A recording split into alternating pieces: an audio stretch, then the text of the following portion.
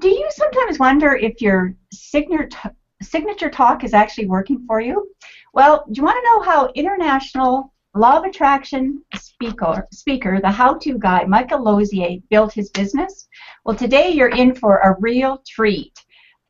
My name is Dana Smithers, and I'm a certified law of attraction trainer. I took my training of the law of attraction with Michael Losier, and today we're going to talk about something that he taught me that no other teacher had been able to teach me with other programs that I've taken. So stay tuned for that and make sure you've got a pen and paper ready.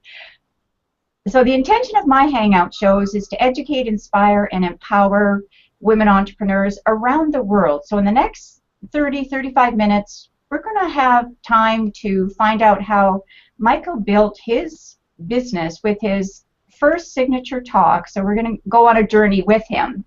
And before we get started, I'm going to let Michael just introduce himself, but we've got so much to share. We're going to get going just as soon as he does that. So welcome, Michael, and thanks so much for being on my Hangout show.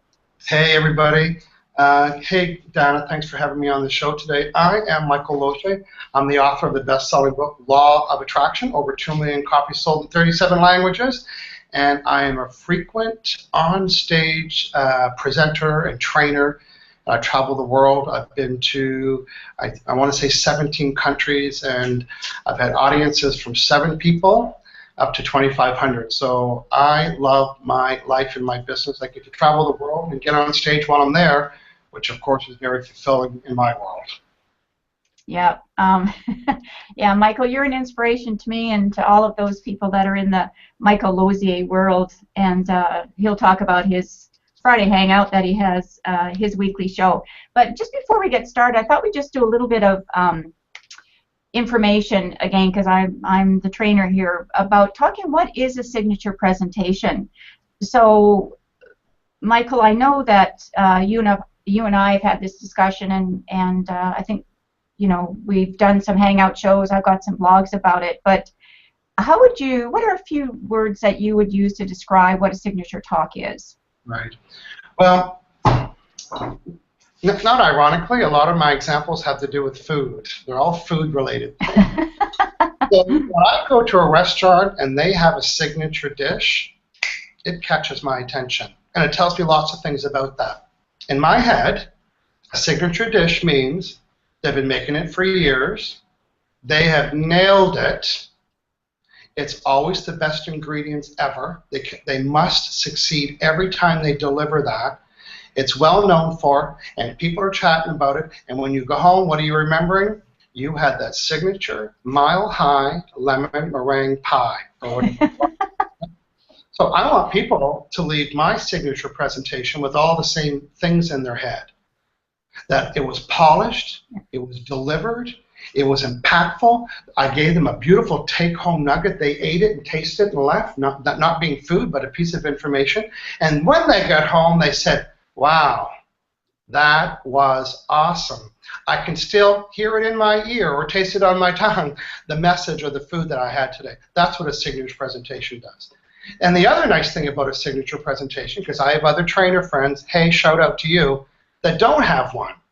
So they're scrambling, putting one together to try to make it fit to what this person wanted and this person wanted, and they're up late at night and they're having to design and rehearse, and I know that you know that I know, Dana, that you and I could leave one room at a conference and go into the next room, nail it and deliver it, and the next room, and with the same signature presentation. Does it sound boring? No, because we know how to make it unique for each.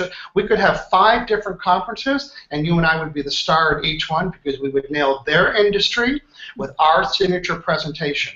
So we don't have to work on the presentation. We need to work on how do I make this presentation fit this audience, and that's what makes it easy when you have a template to follow. Right. That's absolutely perfect, Michael. And it's funny when you're talking about the signature food. I think about a particular restaurant that has an incredible dessert that I happen to love, and I won't mention it, but yeah, that's a great analogy to use for that. But from that signature talk, you get known for it. And I know from the times that I've used my signature talk, I will do a talk, as you said, Michael, we are able to, we have the template, it's good, we know it, we can do it with our eyes closed, but we deliver it to a different audience. So that's the only part that we have to change with that. So just a quick one, Losier. Now, we're in the habit of not calling it a talk. We're calling it a talk today, but we're trainers. Yes. So we call it a, we'll come in and do a, sure, we'll come in and do a 40-minute training session. The word training session, I'm going to dip in my little NLP hat for a minute. Mm-hmm. There's a presupposition when we call it a training session. And a presupposition means we're presupposing. When I say I'll come in and do a 20-minute, 40-minute training session, there's a you can presuppose that people are going to get trained. Now, if I come in and do a talk, not the same thing, right? So again, we want to be paying attention to that. It also installs the idea that people are going to get some content, which everybody, that's the value, that's the benefit why they, I'm going to get content. This is a training seminar. Right, and I think that's so important what you said there, Michael. In fact, I'm going to take that little tip and use it for a talk that I have next week, because, what you taught me is always to have that handout. And, I came from a corporate world, and I thought, I don't know when I do these talks if people are going to like, these 100 women in front of me, are they going to pick up that paper that I put on their desk? And you and I, or on their seat rather, you and I know what happens, right?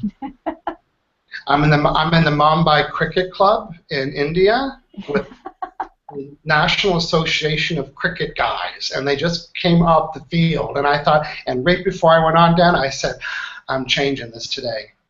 These guys are not going to participate, and I started this little negative spiral. I said, they're not going to want handouts. And then so I told my sponsor, and he said, well, that would be the first time in 355 seminars I've been to, because I've been to Asia for many years. He said, the first time you didn't do it that way. And I'm walking up to the stage, and then the big Michael, the little Michael, big Michael, the big Michael came and says, just do it the way you do it. Yeah. And I had these Mumbai cricket players, the Mumbai Cricket Association Club, raising their hands and screaming answers and waving their hand up. And then that's when I decided I'll never doubt that again. I will always do it the way I plan it. And I nailed it. And I made a law of attraction presentation tailored just to them. They thought I spent hours on it. Yeah, and that's so beautiful, and I totally get that. And yeah, sometimes we get those thoughts in our head, oh, I don't know if this group will respond to that, but I think we have to go with that gut feeling and know that we know what to deliver. So I like that. I have a little Dan as well, which I don't always like to say, but when I get on stage, I want to be that big Dan. And I love what you said, Michael, about the content, because some people I talk to, I'm a client attraction business coach, so I'm teaching women marketing strategies, and of course having a signature talk is one of the top 3 marketing strategies that anybody should use to grow their business. But sometimes they get afraid of giving too much away, and I always believe you can never give too much away, because people are only going to hear certain things and for certain reasons, and we're going to talk about NLP in a minute, but give them content. If you want people to walk away, as Michael said, feeling that, yeah, I got that. And also, we want them begging for more. We want them to check us out, right? We want to have something that we call the back end when we leave that training session. So, Michael, I know that you started your business when you were employed, actually. Yeah, I had a full-time job. You had a full-time job. So I know that my listeners would be really excited to hear, well, how did you do that? Because what you did has inspired me for years to keep doing what I do and do it better. So let's take that journey with you from when you first started. Okay, great. Well, I remember when I was young, in my bedroom in my mom and dad's house, I had cut out a Tony Robbins spread in a magazine, and it was all the audience, and he was on the stage. I was young. I must have been, I want to say, I don't even know our age difference, but I'm thinking 15 to 18 or something like that. And I cut it out, and I had it on my wall, and I put my own picture there. And I was shy. Oh, I was so introverted when I was young. I had in my head that I wanted to do that. And then after a couple of years, I took it down, and then I went to high school, and then I went to college, and I graduated with the business admin diploma, and then I worked in financial systems, and now I'm in the IT department. I am so far away from that picture, but the dream kind of died and went away, and now I'm into reality and so on. So then I moved from Eastern Canada, New Brunswick, to Victoria, British Columbia, which is on the West Coast. Very spiritual here, a lot of self-help, a lot of programs, a lot of conferences, and a lot of spiritual kind of things to do. And I kind of get into that early, maybe about 25 years ago. And it was there that I was going to seminars and watching seminar leaders on stage, totally outside of my government job that I'm working 8 to 4 every Monday to Friday. So then I started to volunteer with a group. It was called Context Associated. They used to have the and the wall. I did all of them many times. Me too. All the programs. I was the lead volunteer many times at Pursuits, probably 10 of them. I was a volunteer, so I was immersed in all this personal growth and personal development. And being in that energy, I had to get on stage. So I had 2 lives. From my whole adult life, I had 2 secret lives. One, I was a government employee working in IT department, financial systems, and the second one was I was leading groups now, and not my own seminars and other people's seminars. I had to go up and put groups together. And of course, my friends around me, not everybody, but some of them wanted to know more, so I started helping a couple people, and then it would start to creep into my government job. And then people in my government job, people start to know about me, but only one-on-one. And we never talked about it in the lunchroom, but people came to my office and shut the door, and they would say, "Oh, I really liked how you languaged that the other day," and mostly a lot about NLP and how I was able to because I would chair a lot of meetings, and I would know exactly the right task for the right people, and people always felt acknowledged and everything, and people would privately say, "How do you know about that stuff?" So shout out to all my government friends that I was coaching in the office while working, which I know served the government when I was there. And then in 1989, I went to Seattle to see Abraham Hicks. Didn't know who they were. From my friend Simon Wills, shout out to him from Vancouver, brought me there, didn't tell me anything about it. Halfway through the morning, I thought, wow, this is stuff that I knew about law of attraction. I didn't know it was called that, and I certainly didn't know about the positive and negative attraction. I got so excited that that's where Big Michael got birthed. And I left that seminar. I was on the ferry, because I live on an island, a little bit bigger than Gilligan's Island, but I live on an island, on the ferry, and I thought, I want to teach this to people, because I've been so positive, attracting positive things, and everybody around me kept saying, how do you be like you? And I was like, I don't know, I'm just me. Probably you and other people said, I want to be like you, and I don't know how it was. So my friend Linda Story, who was an NLP master practitioner, a good friend of mine, we started to meet every Sunday morning. And we talk about law of attraction and NLP, and we start to notice stuff. And because NLP is a lot with linguistics, we start to put processes in place and scripts, and we were testing it. And then people around me kept saying, wow, you're good, and I like how you language that. It was always about how I language stuff. Make a long story short, within a year, I was having 44 people come to my house on Sunday mornings, and when that happens, you have to take charge. You have to become a leader. You have to settle people down. So then, it wasn't just let's chat about law of attraction. It's like, we'd like to have you teach us more about it. So that's how that got started. But then I was still working for the government. This is all behind the scenes. And then I would go talk to other groups at nighttime, and I'd go to places there'd be 4 people in their living room, and I would go and I would stand up and do it.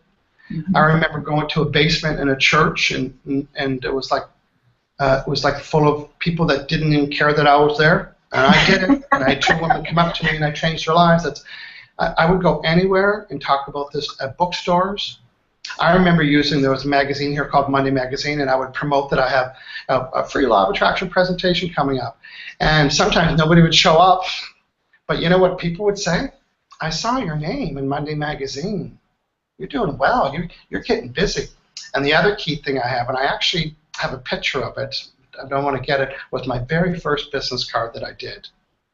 And remember the days of business cards? They were a big deal to have those 25 years ago. And it's one that opened up. It had my picture on it, on the flap, and inside talked about and I called myself an empowerment coach. I think it was the first time the word was ever used. And I would hand people my business card, and they would open it up, and they would say, wow, are you ever doing well? Now remember, I'm working on a government salary. I hardly had the extra money to buy $200 business cards and graphic design, but that's all I had. And then I would end up speaking in groups. And then I would take holiday time from my government job. And Dana, I did what it did to make it work. Yep. I didn't need 3 weeks in a row. If somebody said, oh, would you come speak to our group on Tuesday mornings?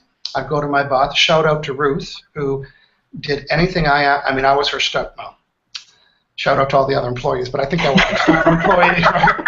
So I said, Ruth, I need to take Tuesday morning off, and I privately told her I'm growing something on the side. So we would take it off as holiday time, and I would go into I was car lots, car salesman. I would go to direct sales meetings. I'd go to coffee shop. You know, someone would email me and say, oh, I heard your talk. And I said, if you can get 5 people in your living room, I will be there.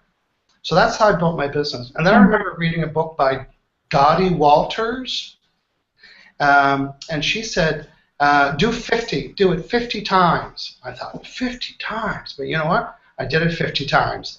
And then I would do a group, and then I would check them off. I said, well, I did this 7. I thought, I don't need to do 50. And I bet you I've done 1,000 of those so far. Wow. So, big long story short, I did what I need to do to make it work. Mm-hmm. I really had to step into the big Michael every time. And then one time there was a holistic health expo here in Victoria, and I spoke at it, and they filmed it, and they aired it on TV, and then I go to work the next day, and nobody knew. Nobody knew that I did that. Nobody knew I had that business on the side. And nobody knew that and they thought that it was completely not you. I eventually went down to a 4-day work week to the government. So Fridays was my law, but you know what? I did what I did to make it work. Mm-hmm. I took a cut in pay. I went down to Monday to Thursday, 8 hours a day. Fridays was my law. So now I could work Thursday nights, and now Fridays. I was going to Chamber of Commerce meetings, breakfast, anywhere. I would go to the newspaper, and they would say, oh, the e-businesswoman is having a luncheon on Friday. And I'd call them and say, not your group, but I would call and say, hey, I noticed that you have Friday luncheons, and I'm available. What did I do, Dana? I did what I did to make it work. Exactly, whatever it takes. And I haven't said this often, but I created my own fame. I created it. I made myself look busy, and I was everywhere. But I didn't have anything to sell.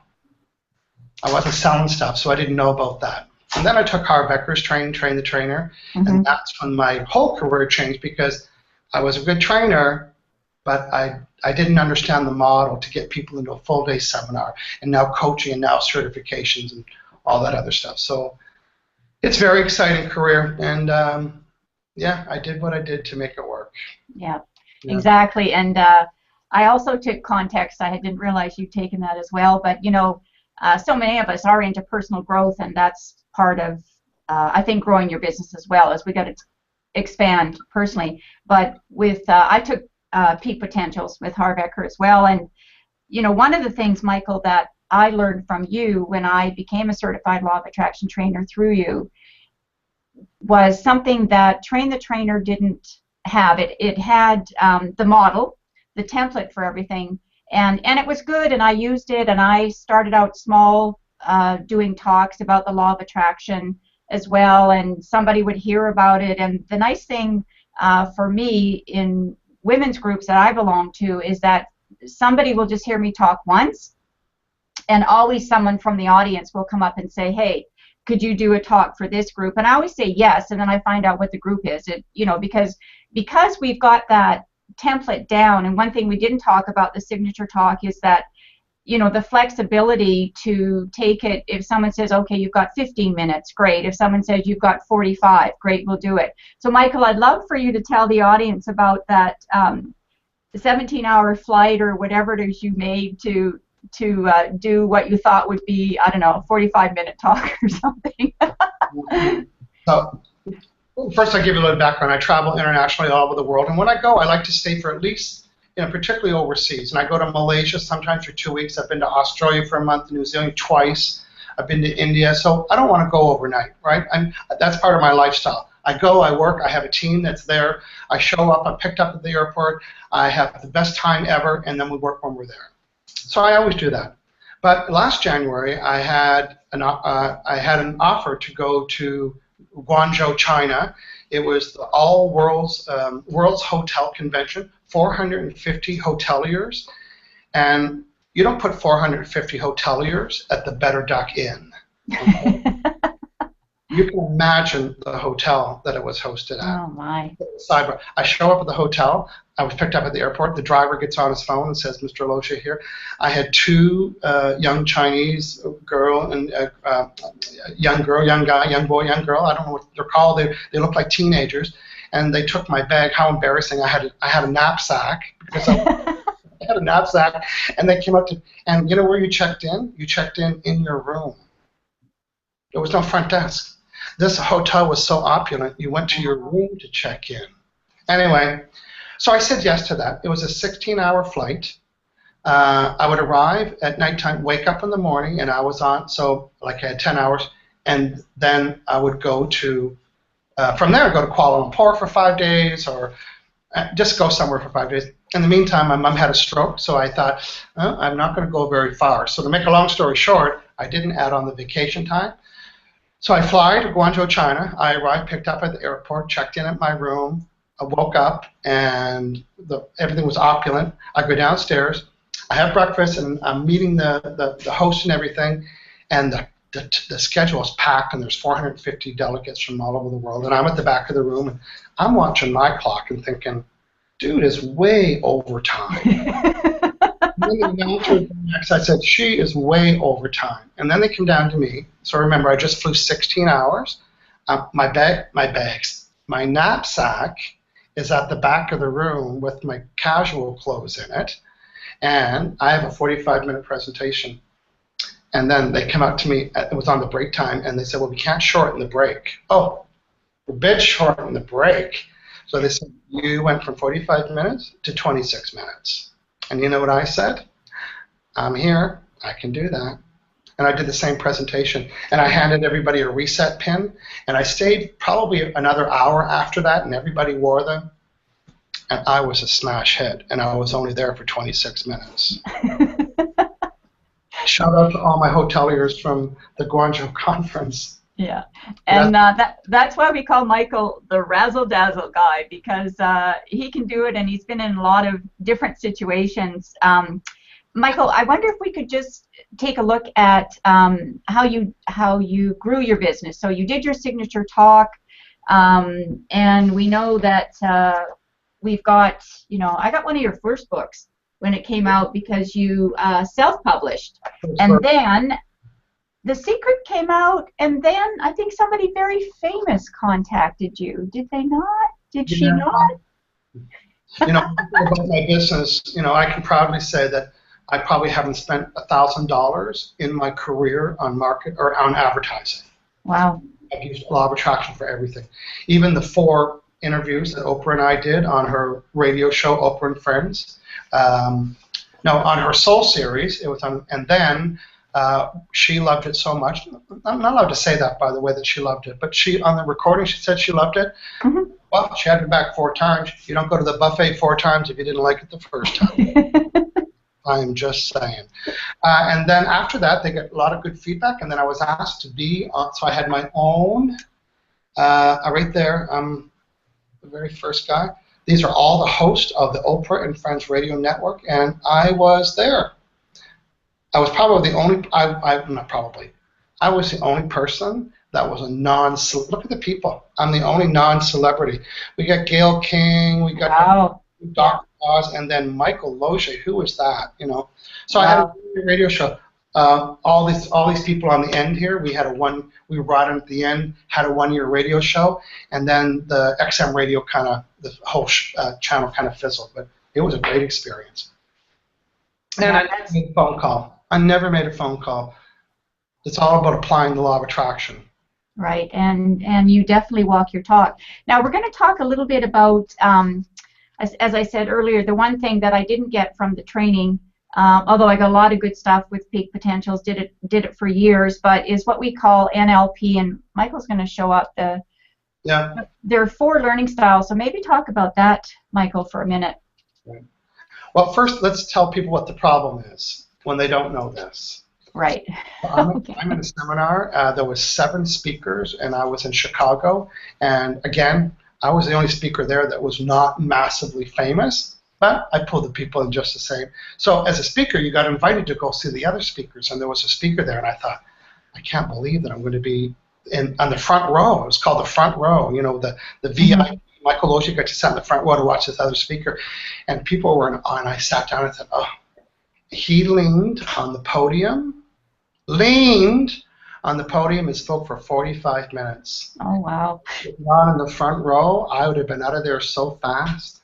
I was so distracted and bored, and I couldn't even use my phone. If I had had a notebook, I'd have taken all. It was just really, really taxing. So I know that you know that not everybody responds well to the lecture style. Right. His message was good. It's exciting, the lecture style. So the challenge is that there are 4 styles, the way people like to learn. I'm going to show them to you.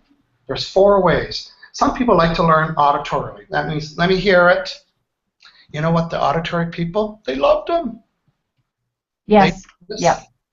Okay, next group, the visual people. They like to see stuff. Hello, I'd like not to see you leaning on the podium, please. Right? I want to see you move around. I want to see worksheets. I want to see words. I want to see pictures. That's how you teach that person.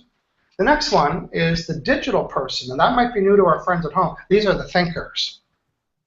They don't want to lecture either. They want to be asked questions. You know, they want to be asked to ponder stuff. And then, of course, the kinesthetic student. These are the doers. They like to touch and do. They need to get a gut feeling for it. So let's just talk about different styles. The presentation I went to was all auditory. So if we do the math, this group liked it, and this group doesn't. So let's talk percentages. 25% of the audience really, really liked it. 75% didn't. You know what? We can't afford to turn off 75% of the audience. No. Now, I know what some of you mean too, because I know that some of you might have been to a seminar that had a kinesthetic leader, a little touchy-feely, a little too touchy-feely. Okay, let's everybody rub shoulders, everybody hug your neighbor, tell everybody how much you love each other. You know who likes that? Her. Yeah. You know who doesn't like that? These people. Yeah. Yeah, I'm playing, I'm making a little judgments, but I'm trying to get my point across. Yeah. So as a trainer, I can't be her, and I can't be him, because I'll lose 75% of my audience. So I need to deliberately speak to all 4 of these groups. And we know how to do that, and it's easy to do that. Right. How do you do that? So I'm going to give you an example. Right now, we're teaching people at home, and I kind of want, or watching, and I kind of want to check in with them to find out if they're getting it. If I was just talking to the visual person, Dana, help me out. What could we ask the visual person to see if they're getting it? Well, we're probably going to say, do you see what I'm saying? And so this is why Michael and I both use cards like this, because we want that visual person to see a little bit more and not just hear what we're saying. So that's a great one. So the visual student, you could ask them, if you use the word look or see, you nailed it. You could say, right now, my friends at home, so are you getting, so how does this look so far, what I'm teaching you? How does this look? And you know what these groups are saying? You haven't shown us anything. What does that mean? Excuse me. How does this look? So I'm going to ask how does it look, but not just all by itself. Here's the next group. Their favorite words are anything to do with the ears. So at data, you could say, how does this sound to you? How does this sound to you? They like it. You know what? We're going to merge the two. I'm going to say, so I'm just going to check in. How does this look for everybody? Does this sound okay? See what I did, Donna? Yeah, I just satisfied these groups. So now I've got 50% of the audience going, yes, you included me. But these 2 are thinking, I am out of here. So let's go to our kinesthetic friend. Well, she likes to be asked how she feels. How she feels. I never ask people how they feel. Yeah. Except when I know somebody needs to hear it in my audience. Or if I have a client that's kinesthetic, I will say, does this feel okay? And then my little head says, you never say that. My other head says, I am staying in rapport with my audience and my client, and that gets good feedback from her. So I would say, does this feel comfortable?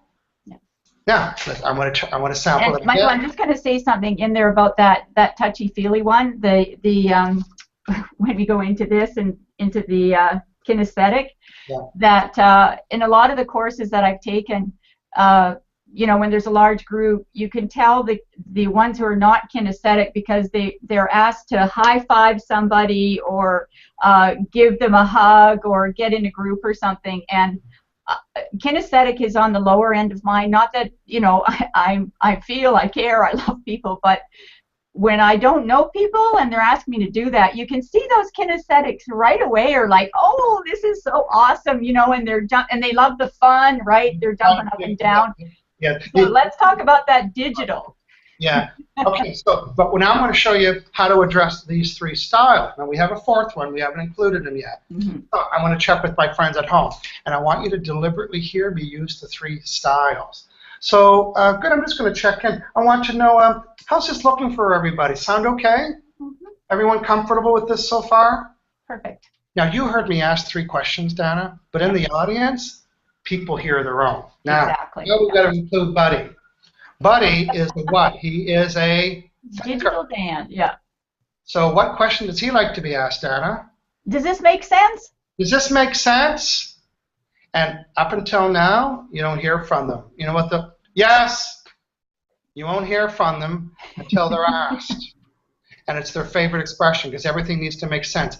People at home are thinking, that is my husband. Yeah, yeah.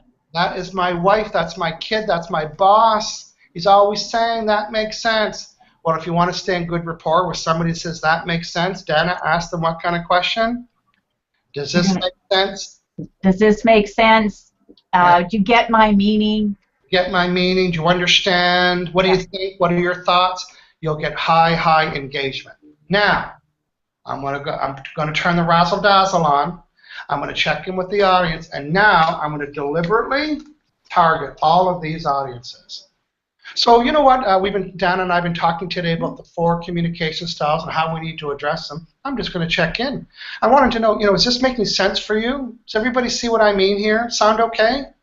Is this comfortable for everybody learning about these? Yeah. Perfect. What you're doing, Dan, when you hit it, they'll nod. Yeah, you got me. You hit me that time. Yeah. And that's absolutely perfect, Michael, because sometimes when we're doing a talk too, we'll see that person that's sitting like this. Yeah.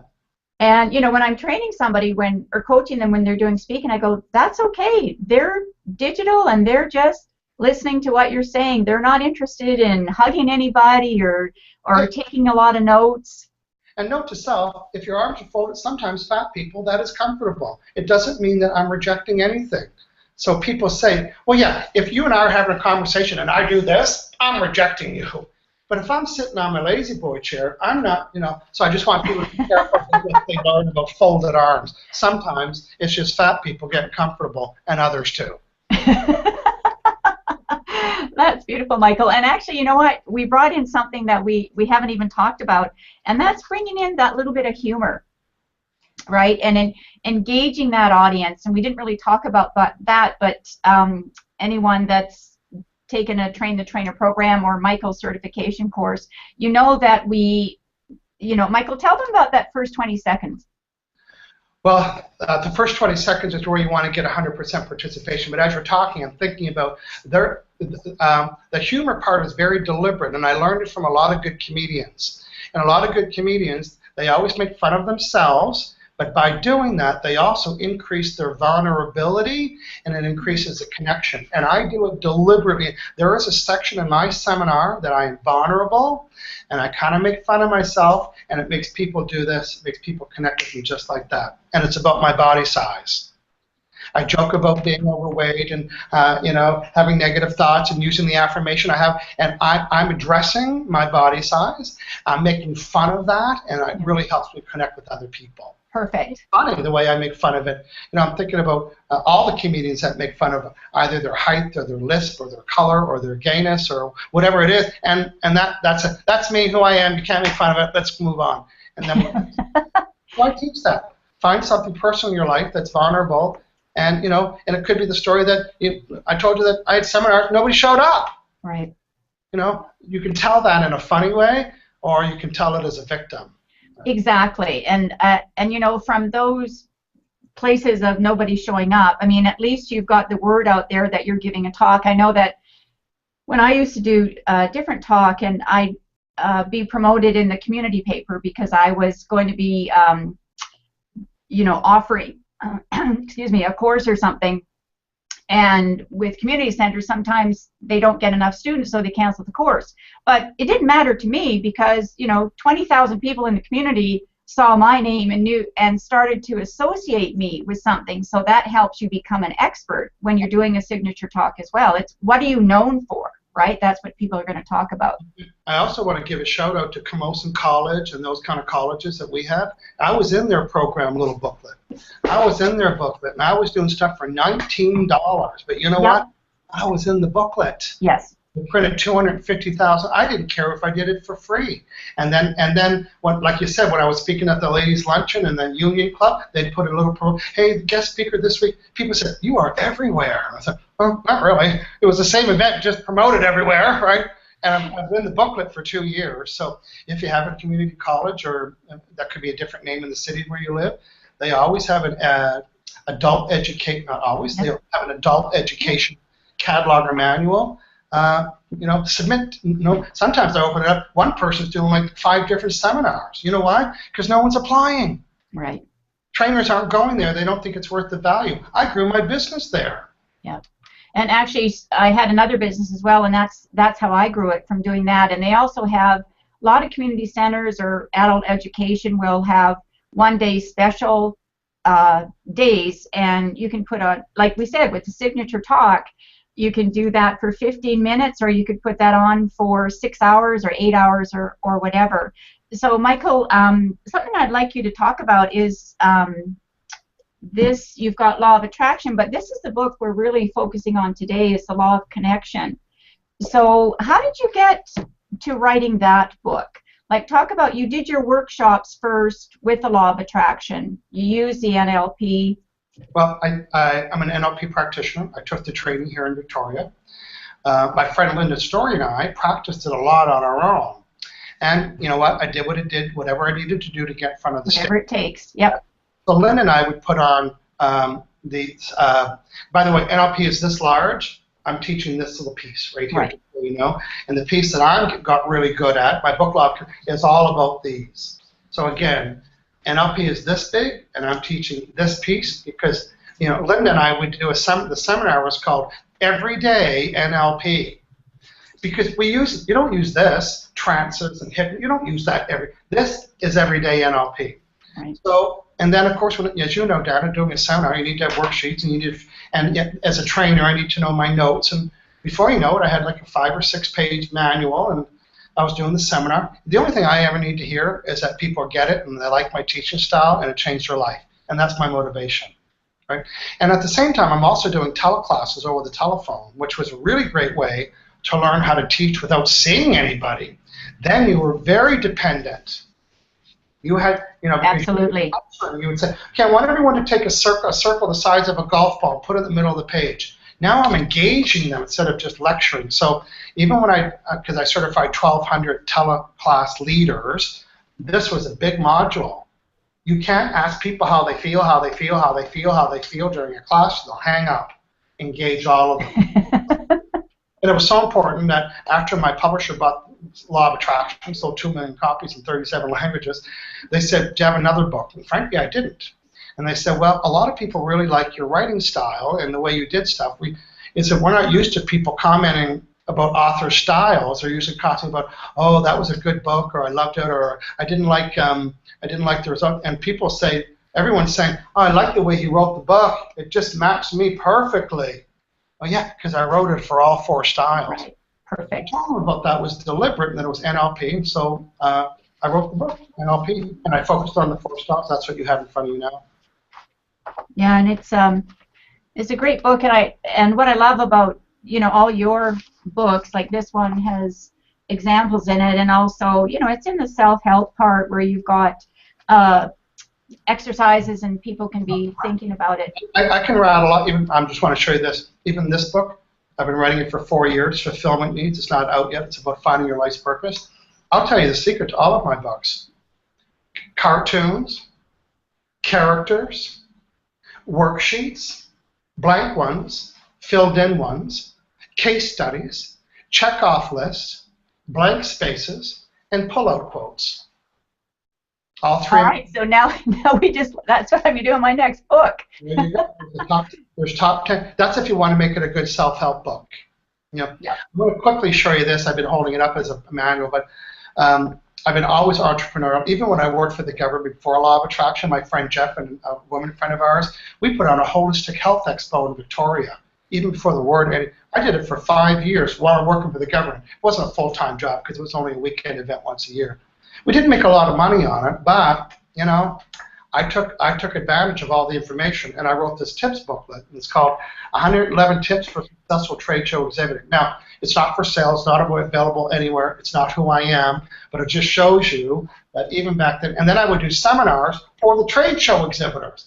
Listen to this. I did what I did. I wrote this book so I could go do a seminar to trade. I didn't write the book to write a book. Well, it's not a book. It's a booklet.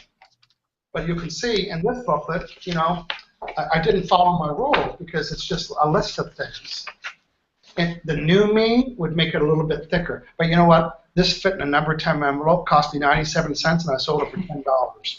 And there you go. So, Michael, you're just doing whatever it takes, right? So even, you know, from everything that you've taught me, you know, have inspired me so much to, you know, take a little bit of the Law of Attraction training, and I wrote this ebook. And so what I did is, you know, I keep your ideas in mind, and so I've got exercises in my book that people can do. I don't have the cartoon characters, so I guess I need to lighten up about that because I've never done that. But you know, there's always got to be good diagrams and places for people. So you know, I mean, this is a 20-page booklet, but I take this with me when I go to my speaking engagements, so that what I'm doing, and we'll talk about back-end things in a minute, but once you do your signature talk, you always want to give something either free for people or, you know, get them into your database to do your list building or whatever, just get more engaged with you so that you can get more engaged with them.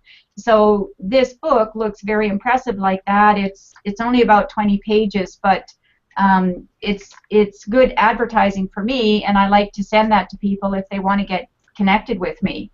And so I to have that at the back of the room, like you're an author of this book. So you know.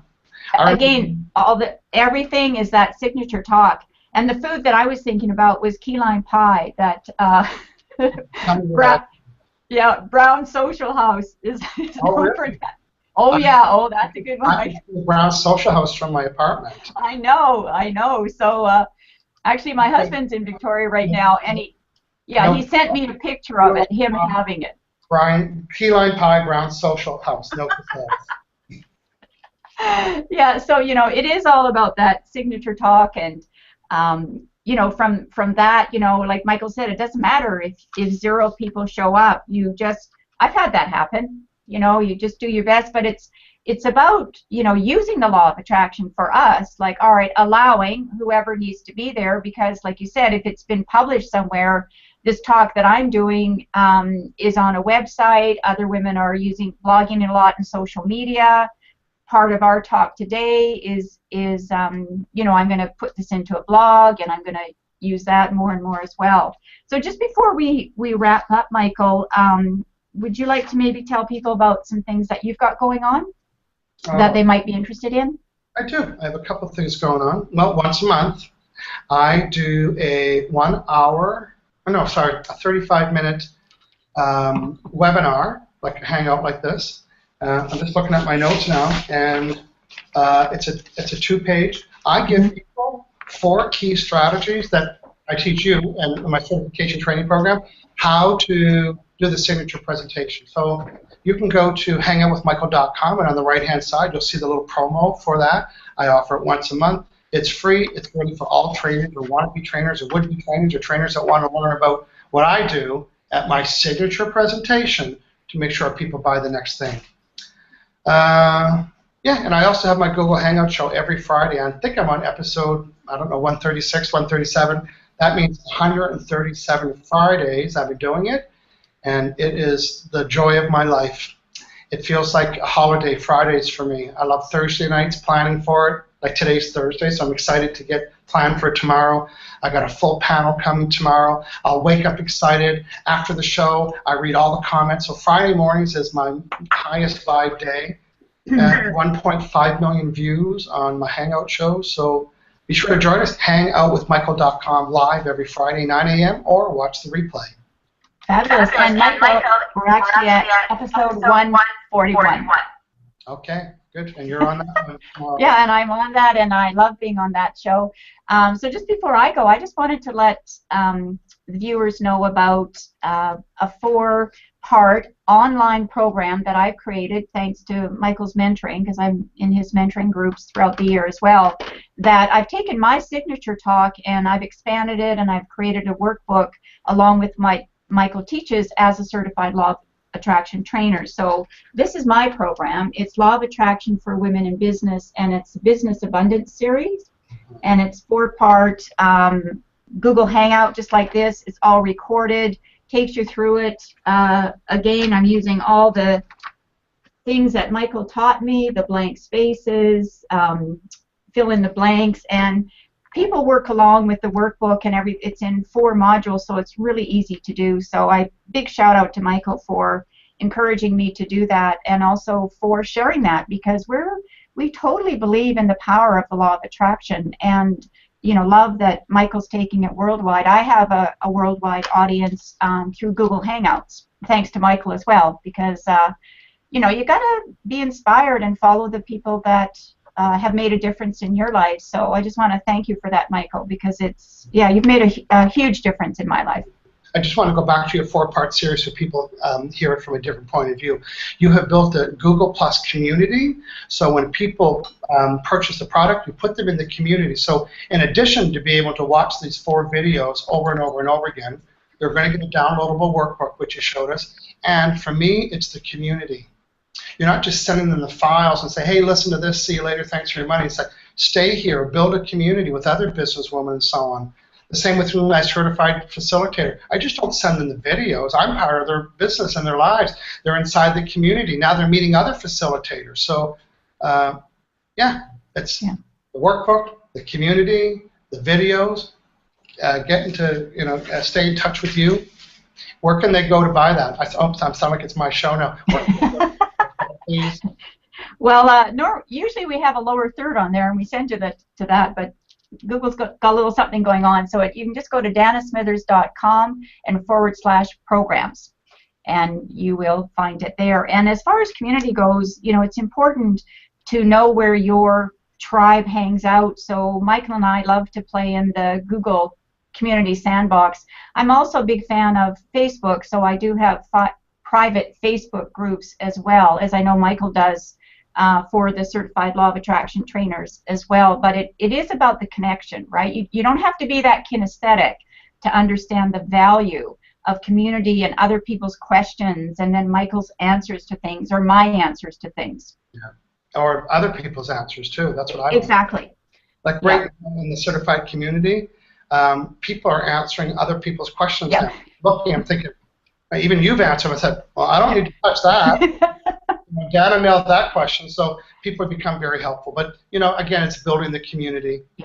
Even before I opened up my community, I had facilitators go in, kind of like to warm the room up a little bit, get to meet each other. And then as paying people went in, they went into they didn't go into an empty networking room. Right. Everybody. They went into a room with lots of chat already. So that's a little tip about having a community is, get people in it first before you start putting paying people in it. Right. And since I followed your model, that's what I did. I had 6 women that helped me do it. Actually was part of the eWomen Network, which is a very good organization to belong to. So, Michael, I think this is what you say in your show, that, oops, I went over time, but you know what? It's my show. Thank you so much for being with us today, and I will be posting this and do it in a blog as well so everybody can hear about your story and be inspired. So, bye for now. Bye for now. See you later.